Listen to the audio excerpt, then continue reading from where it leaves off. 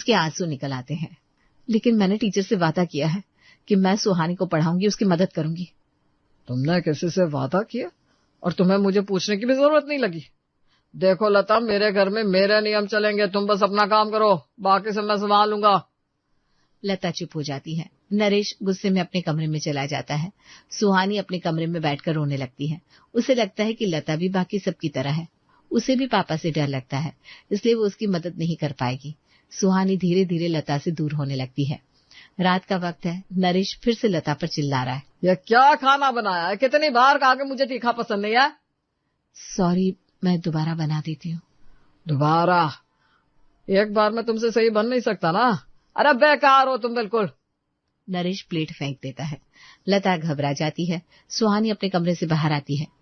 पापा प्लीज माँ से ऐसे मत बोलिए। तुम अपने कमरे में जाओ, ये तुम्हारा मामला नहीं है। नरेश गुस्से में अपने कमरे में चला जाता है। लता रोते हुए बर्तन उठाने लगती है। सुहानी उसके पास आती है।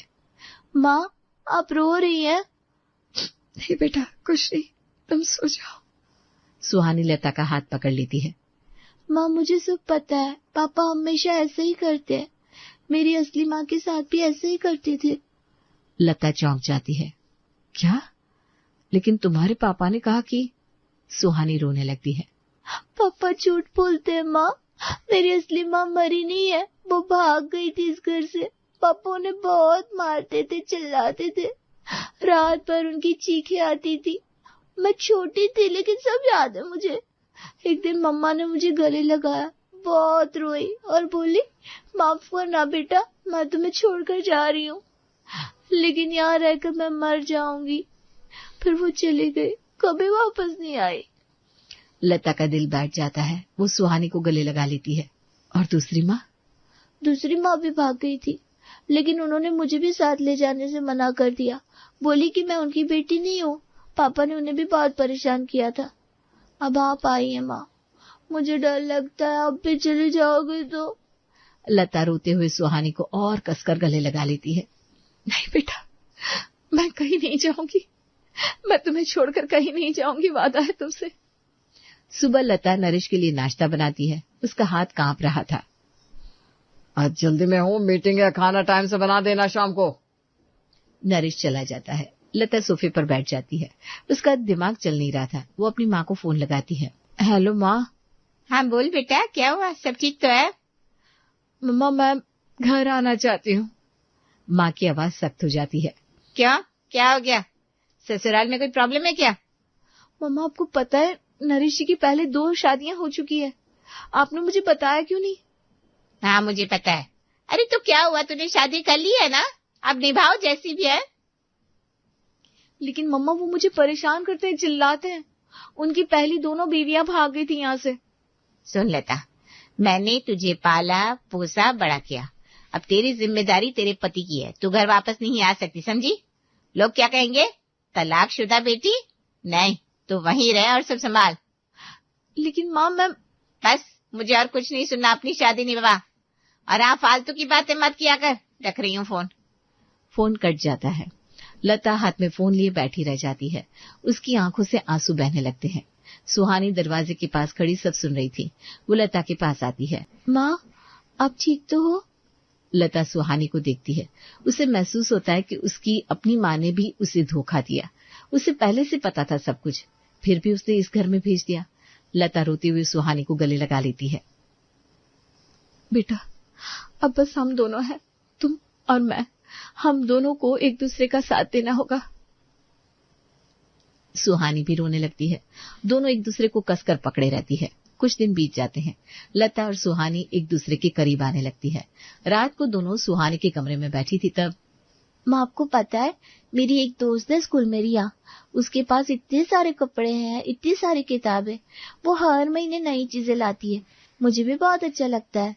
लता मुस्कुराती है। तो तुम्हें क्या चाहिए बेटा, बताओ। माँ, मुझे ना एक नई ड्रेस चाहिए। स्कूल में फंक्शन है अगले महीने, सब लोग नए नए कपड़े पहन कर आएंगे। और मुझे स्टोरी बुक्स भी पढ़नी है। रिया के पास ना हैरी पॉटर की सारी किताबें हैं, मैं भी पढ़ना चाहती हूँ।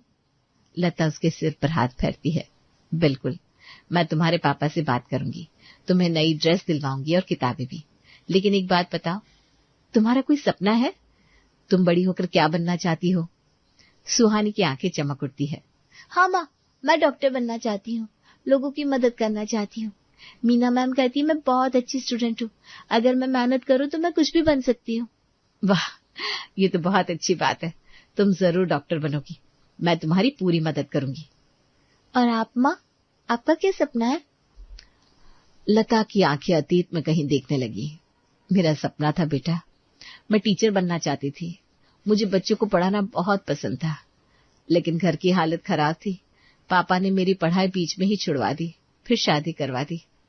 तो अब क्यों नहीं पढ़ती आप? मैं आपकी मदद करूंगी। लता हंस देती है। अब तो बहुत देर हो गई बेटा, लेकिन तुम मेरा सपना पूरा कर सकती हो। तुम डॉक्टर बनोगी, मैं देखूंगी मेरी बेटी कुछ बन रही है, यही है मेरा सपना। अब दोनों एक दूसरे को गले लगा लेती है। उन्हें महसूस होता है कि वो अब अकेली नहीं है, दोनों एक दूसरे का सहारा है। कुछ महीने बीत जाते हैं। लता और सुहानी का रिश्ता माँ बेटी से भी गहरा हो चुका है।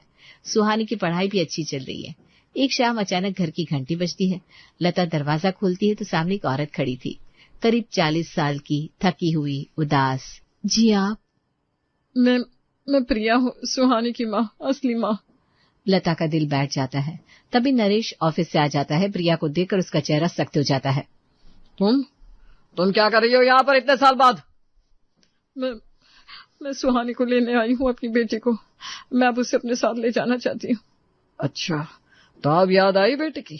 जब भाग गई थी तब तो याद नहीं आई। प्लीज मुझे माफ कर दो, मैं मजबूर थी, लेकिन अब मैं ठीक हूँ। मेरे पास नौकरी है, मैं अपनी बेटी को अपने पास रख सकती हूँ, पाल सकती हूँ। तभी सुहानी बाहर आती है। अपनी माँ को देखकर हैरान रह जाती है। मम्मा। प्रिया रोते हुए आगे बढ़ती है। सुहानी बेटा, मेरे बच्चे कितनी बड़ी हो गई तू। हाँ तो ठीक है, ले जाओ इसे, मुझे कोई फर्क नहीं पड़ता, बस मेरे घर से निकल जाओ। सुहानी बेटा चल मेरे साथ, मैंने तेरे लिए एक छोटा सा घर लिया है, तो स्कूल जाएगी, पढ़ेगी, हम दोनों साथ रहेंगे। सुहानी लता को देखती है। लता की आंखों में आंसू हैं। वो आगे बढ़ती है। नहीं, सुहानी कहीं नहीं जाएगी, वो मेरी बेटी है। लेकिन मैं इसकी असली माँ हूँ। लता रोते हुए सुहानी को अपनी तरफ खींच लेती है।